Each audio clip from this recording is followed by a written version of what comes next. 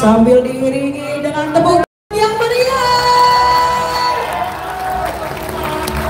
IKABI bersama Amin Anies Baswedan Muhaimin Iskandar.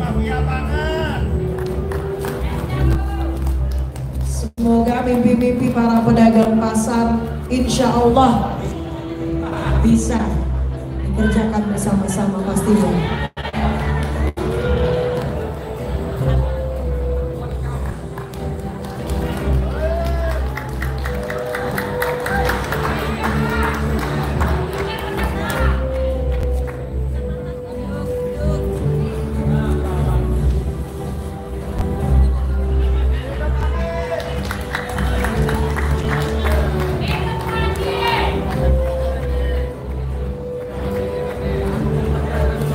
Bapak Ibu peserta Rapimnas, jika ingin menyerukan silakan semuanya, mana semangatnya?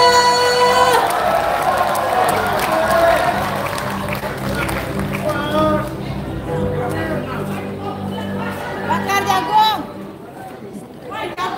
Yuk bakar jagung yuk.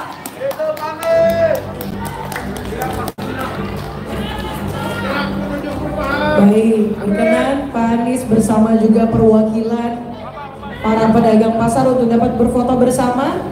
Ibu-ibu semuanya, bapak-bapak semuanya yang ada di atas panggung. Mohon izin Ketua Umum untuk ikut bisa kasih senyuman yang paling meriah. Baik, terima kasih Pak Anies bersama dengan Sekjen dan juga para pedagang pasar perwakilan yang sudah hadir bisa kembali ke tempat.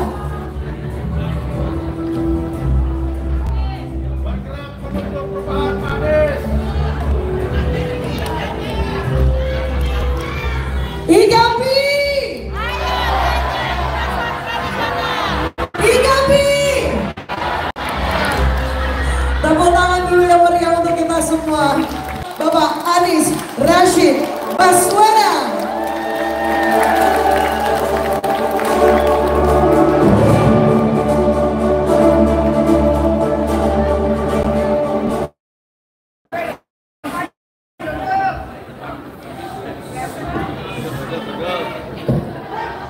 Ya, ada pemandangan yang tidak merata ya. Yang duduk, ya duduk dah semuanya biar nggak ada yang duduk. Anies Presiden. Assalamualaikum warahmatullahi wabarakatuh. Selamat siang, salam sejahtera untuk semuanya. Yang saya hormati, saya banggakan para pedagang pasar Indonesia yang tergabung dalam IKABI yang berkumpul bersama di sini dalam Rapimnas, khususnya yang kita hormati, kita banggakan Ketua Umum IKABI Bung Abdullah Masyuri. Tepuk tangan untuk Pak Masyuri. Kemudian Sekjen juga Bung Renaldi Saricoan, mana Pak Sekjen?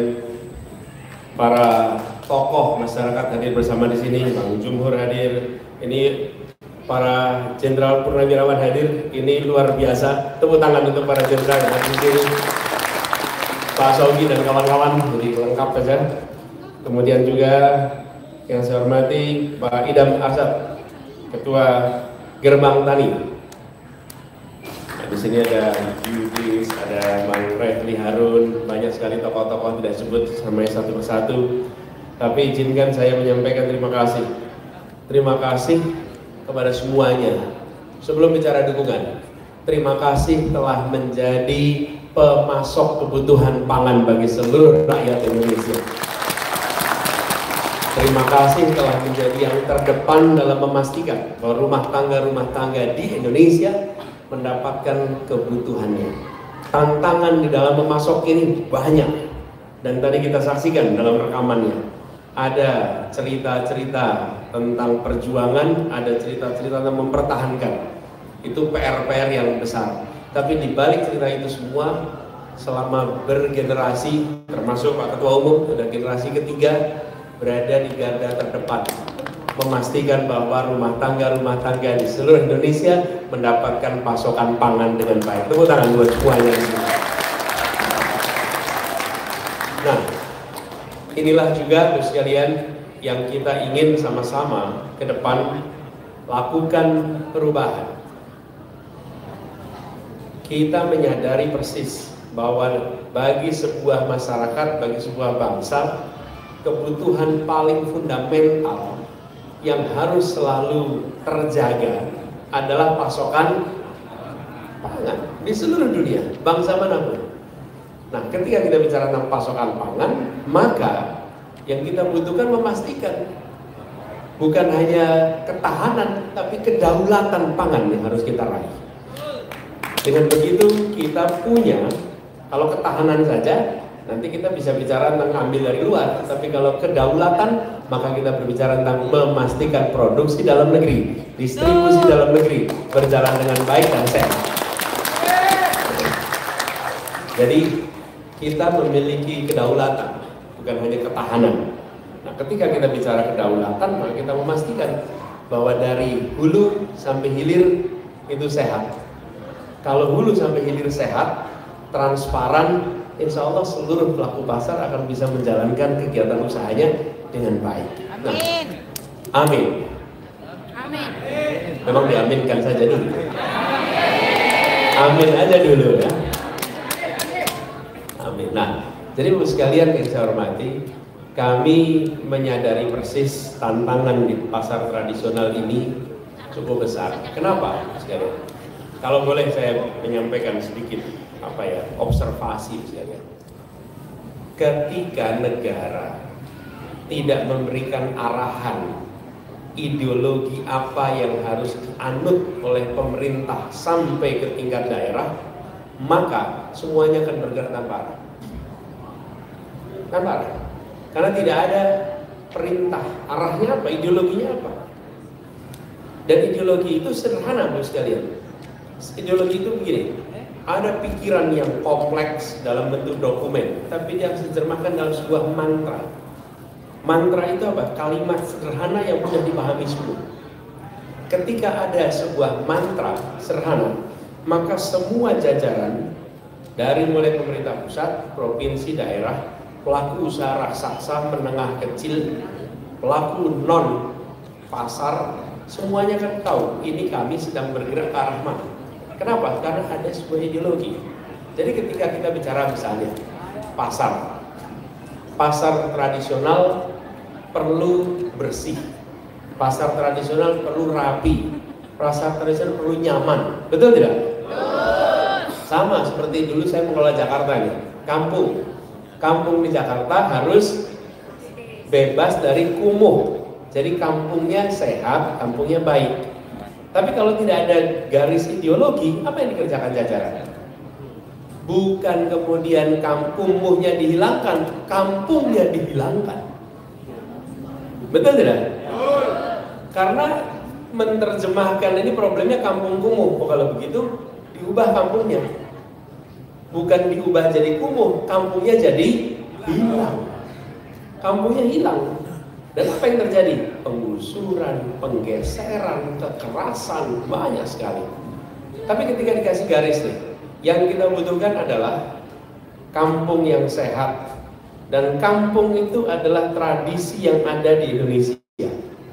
Bahkan bahasa Inggris pun tidak ada kosakata itu, sampai akhirnya kosakata kampung itu diadopsi dalam bahasa Inggris. Karena dia tidak punya diksi tentang kampung, menunjukkan bahwa itu khas Indonesia. Jadi Bapak sekalian, saya mau cerita pada teman-teman di IKP, ketika kita bicara ke depan, maka saya akan tunjukkan sedikit apa yang dikerjakan di Jakarta. Di Jakarta waktu itu problematikanya kampung kumuh, kampung tradisional diubah menjadi hilang, kampungnya hilang, diubah menjadi komplek-komplek yang modern, diubah jadi rumah susun. Ini kita ubah, ditata kampungnya. Di Jakarta ada lebih dari 200 kampung yang dilakukan penataan secara bersama-sama, yang rancangannya dibuat oleh warga kampung itu sendiri, melibatkan civil society, LSM, pakar, dan kemudian berjalan selama 5 tahun. Kumuhnya hilang, tapi kampungnya menjadi sehat, baik, dan ekosistem sosialnya terjaga. Kampung itu bukan sekedar tempat orang tinggal pribadi, tapi kampung itu ekosistem sosial yang ketika itu dirawat, maka sistem dukungan di dalam sosial masyarakat Subang itu terjaga, hidup. Ini kemudian dikerjakan, dan alhamdulillah itu bisa dilalui. Terbukti bahwa kampung bisa dijaga menjadi kampung yang baik, sehat, bersih, tanpa dihilangkan. Nah, sekarang ke depan kita menginginkan agar pasar tradisional bukan dikecilkan, apalagi dihilangkan, tapi justru dijaga dan dibesarkan.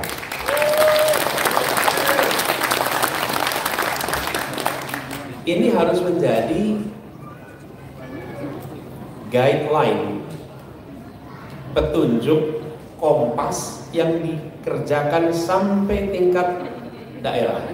Kalau itu tidak menjadi garis ideologi, nanti di jalan belok kanan kiri nih. Dan apa yang terjadi?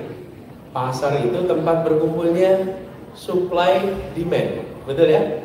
Tempat berkumpulnya pembeli, tempat berkumpulnya penjual. Dan tempat ini sebagian dari pasar-pasar itu usianya sudah sangat panjang. Kalau di Jakarta ini, Pak, pasar-pasar itu, salah satu pasar paling tua itu pasar Tanah Abang, pasar Senen.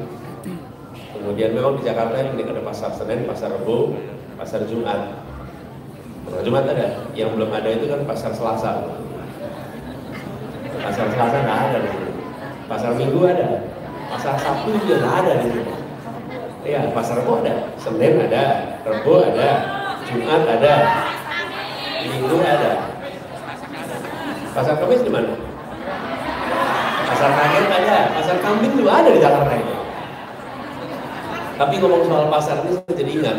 Saya bilang gini, ini gimana? Pasar kambing aja ada, pasar buah ada, pasar bunga ada, tapi pasar buku sampai nggak ada di Jakarta ini.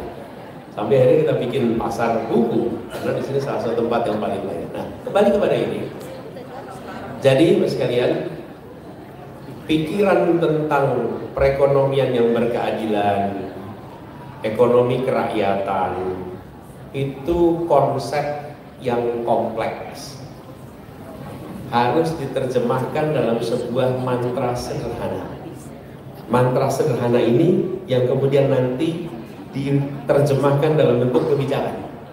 Apa mantra sederhananya itu?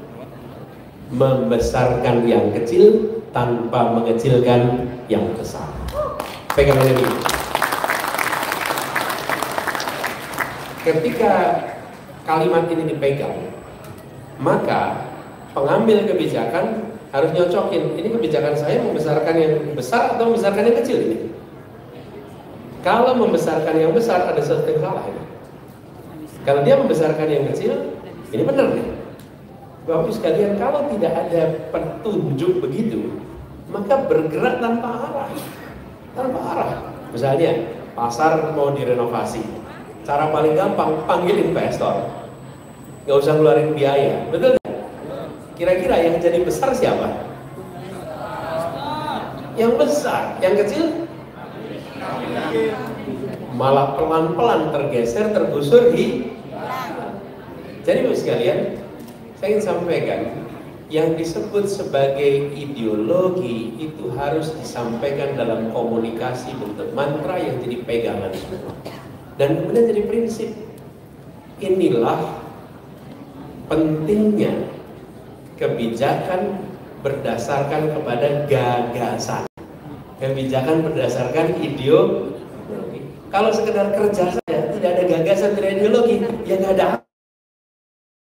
Dengan prinsip itu, maka kita harus bangun ekosistem ekonomi rakyat dan ekosistem pasar tradisional yang sehat.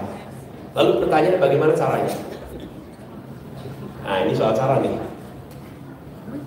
Memegang kewenangan bukan berarti mengetahui permasalahan. Memegang kewenangan bukan berarti mengetahui semua solusi. Bukan. Negara memang pegang tanda tangan, tapi pengetahuannya ada di mana? Ada pada pelaku, ada pada peneliti, ada pada badan-badan yang mengelola. Jadi negara itu duduk mendengarkan. Dan salah satu sumber yang harus didengarkan untuk memperbaiki ekosistem adalah IKP. Tidak bisa membuat kebijakan hanya pakai pengetahuan yang kita duduk bersama-sama. Saya beri contoh sekarang ini, kami bercerita bukan besok mau apa. Saya beri contoh Jakarta. Kami mau mengubah ekosistem transportasi umum di Jakarta. Ekosistem transportasi umum ini pengelolanya itu seperti pedagang-pedagang jasa transportasi di Jakarta itu ada lebih dari 25. Namanya macam-macam. Ada namanya KWK, ada namanya Kopaja, ada namanya Metro Mini. Itu adalah pedagang jasa transportasi, bentuknya koperasi rata-rata. Nah mereka lah yang memberikan jasa transportasi. Lalu kami mau mengubah ini menjadi sebuah sistem yang terintegrasi. Bagaimana caranya?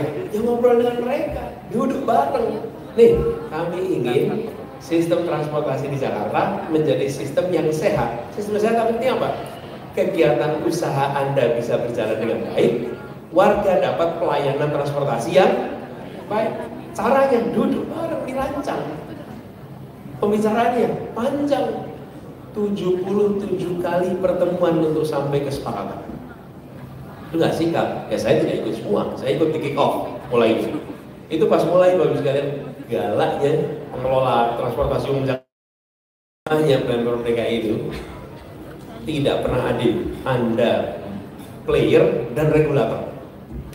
Satu sisi Anda player bekerja, satu sisi ada yang bikin aturan. Akhirnya aturannya menguntungkan perusahaan milik daerah.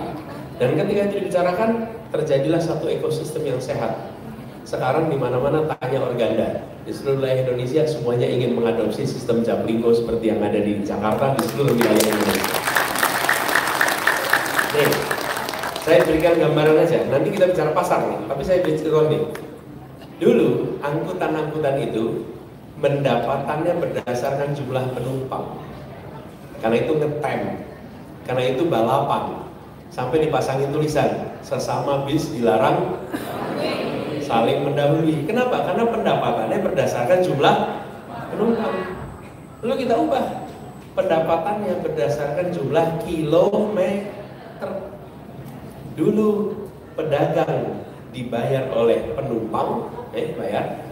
Diubah sekarang, datang negara di tengah. Penumpang bayar ke negara, negara bayar ke pedagang.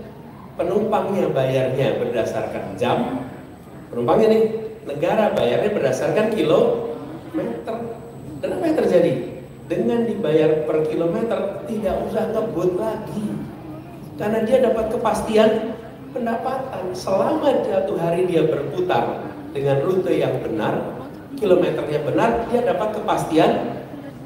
Apakah dimatikan usahanya? Tidak. Justru dihidupkan usahanya. Di sisi lain, bagi rakyat, tidak usah lagi khawatir di tengah jalan diturunkan. Karena mereka dapat kepastian kendaraan sampai di ujung. Itu yang saya maksud dengan ilustrasi ini. Tapi bagaimana caranya? Bukan dengan kami mengajari, tapi dengan duduk bersama. Insya Allah dengan pendekatan itu, kita sama-sama pastikan pasar tradisional bukan saja bertahan, tapi berkembang, lebih sehat, dan mensejahterakan manusia. Nah, untuk itu bisa terjadi, perlu kewenangan Bapak Ibu. Tanpa kewenangan itu hanya menjadi gagasan. Untuk dapat kewenangan, ini tanggal 14 Februari kita diberikan kesempatan untuk dapat kewenangan. Tadi sudah disampaikan, saya menyampaikan terima kasih. Ingat, ini dukungan bukan untuk satu orang, dua orang, satu partai, dua partai. Ini dukungan untuk perubahan arah Republik ini. arahnya sekali lagi membesarkan yang kecil nih. Yang tersingkir, yang terkalahkan itu dibesarkan. Yang besar nggak usah dimusuhi. Kadang-kadang kita mau membesarkan yang kecil dengan musuh yang besar. Nggak usah, yang besar biar berkembang, karena itu menarik semuanya.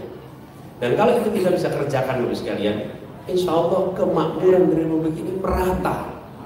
Problem dari kita ini tidak merata. Kemakmuran itu timpang. Dan inilah ideologi yang kita bawa.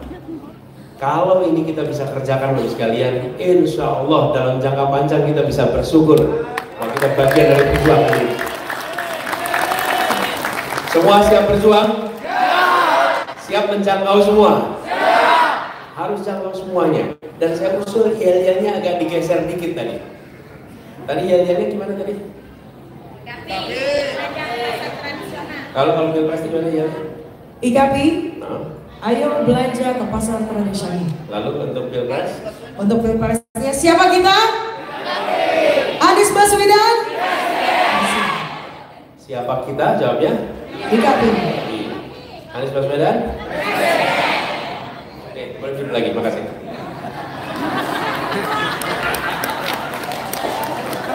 Gini. Nanti pas lagi di kampung, lagi kita di mana-mana tuh, kita kumpulin orang kan? Anies Baswedan, jawabnya? Anies Baswedan, jawabnya? Terus warganya pulang ke rumah masing-masing.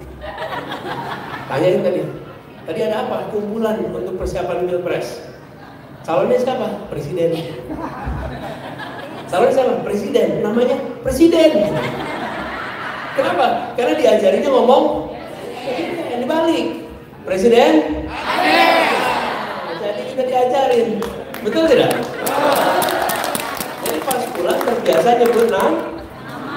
Tapi kalau dia bilang Anies, pas sudah sampai, siapa namanya tadi ya? Siapa namanya dia? Karena yang nyebut nama malah yang kampanye, yang rakyat. Nah ini buat yang biasa demo pasti tahu cara itu, betul tidak? Karena demo itu jangan didominasi mikrofon, didominasi yang hadir demo. Kadang-kadang kita lihat tuh kalau demo itu perhatiin gitu. Ini demo malah jadi kumpulan pidato. Bukan, demo itu harusnya yang berdemonstrasi, yang berbicara. Jadi, saya sampaikan nih. Presiden? Anies. Wakil Presiden? Anies. Nah, itu diulang-ulang nanti hafal kita, ya.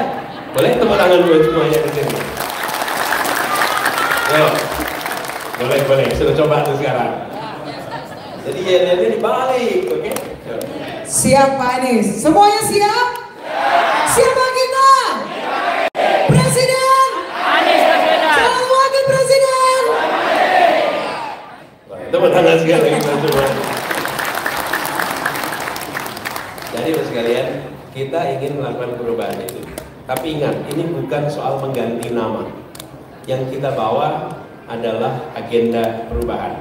Saya pun dalam situasi yang sama, Bapak sekalian.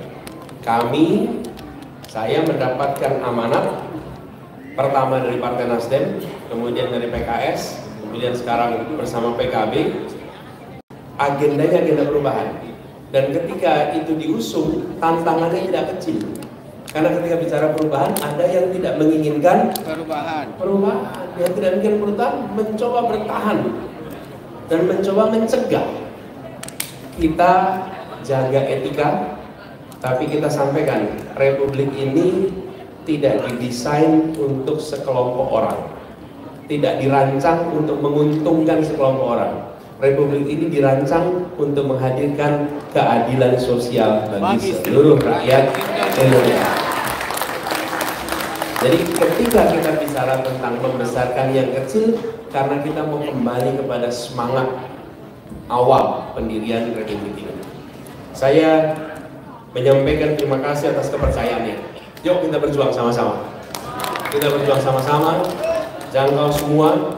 Kalau IKAPI ini tadi sudah punya aplikasinya, jangkauan warganya, pastikan ada gerakan yang menjangkau semua. Kalau saya beri usul, Pak Ketua, kalau kumpulnya hari Rabu, Pak Ketua. Rabuan. Kenapa Rabu? Supaya terbiasa bergerak di hari Rabu. Kenapa hari Rabu? Karena nanti pilpres ya hari Rabu. Jadi terbiasa untuk bergerak di hari Rabu. Di Rabu bergerak. Dengan begitu kita terbiasa mengumpulkan di hari Rabu. Dan insya Allah dengan cara begitu kita bisa mendorong perubahan. Nah, terkait dengan ini, nanti kami berharap dengan IKAPI agendanya 2. Satu adalah pemenangan. Kalau itu sudah, nanti kita insya Allah kita diizinkan untuk mendapatkan kemenangan itu. Sesudah kemenangan itu, maka kita berbicara tentang agenda perubahan untuk pasar-pasar seluruh Indonesia. Dan komitmen ini adalah komitmen untuk kita kembali kepada arah dasar Republik ini. Jadi ini bukan ide dari satu orang, dua orang, tidak. Karena memang arah dasar dari Republik ini adalah prinsip keadilan. Pasar itu harus menerapkan juga prinsip fairness, keadilan. Kalau perekonomian tidak disusun dengan prinsip berkeadilan, tinggal tunggu waktunya akan muncul destabilitas. Pasti segala yang sifatnya tidak seimbang pasti akan miring dan jatuh. Layang-layang saja kalau nggak seimbang muter kok. Kursi aja kalau tidak seimbang muter, apalagi di masyarakat. Begitu tidak seimbang dia akan tumbang. Karena itu penting sekali bicara tentang keseimbangan, kesetaraan. Terima kasih atas kesempatannya, terima kasih atas kepercayaannya. Selamat yang telah menuntaskan Rapimnas. Insya Allah bersama-sama kita buat Indonesia lebih berkeadilan. Assalamualaikum warahmatullahi wabarakatuh. Mohon berkenan kami sudah bisa tetap Presiden, Wakil Presiden. Amin, amin, amin ya Rabbal alamin. IKAPI bersama dengan amin. Kami ucapkan terima kasih kepada Bapak Anies Rashid Baswedan.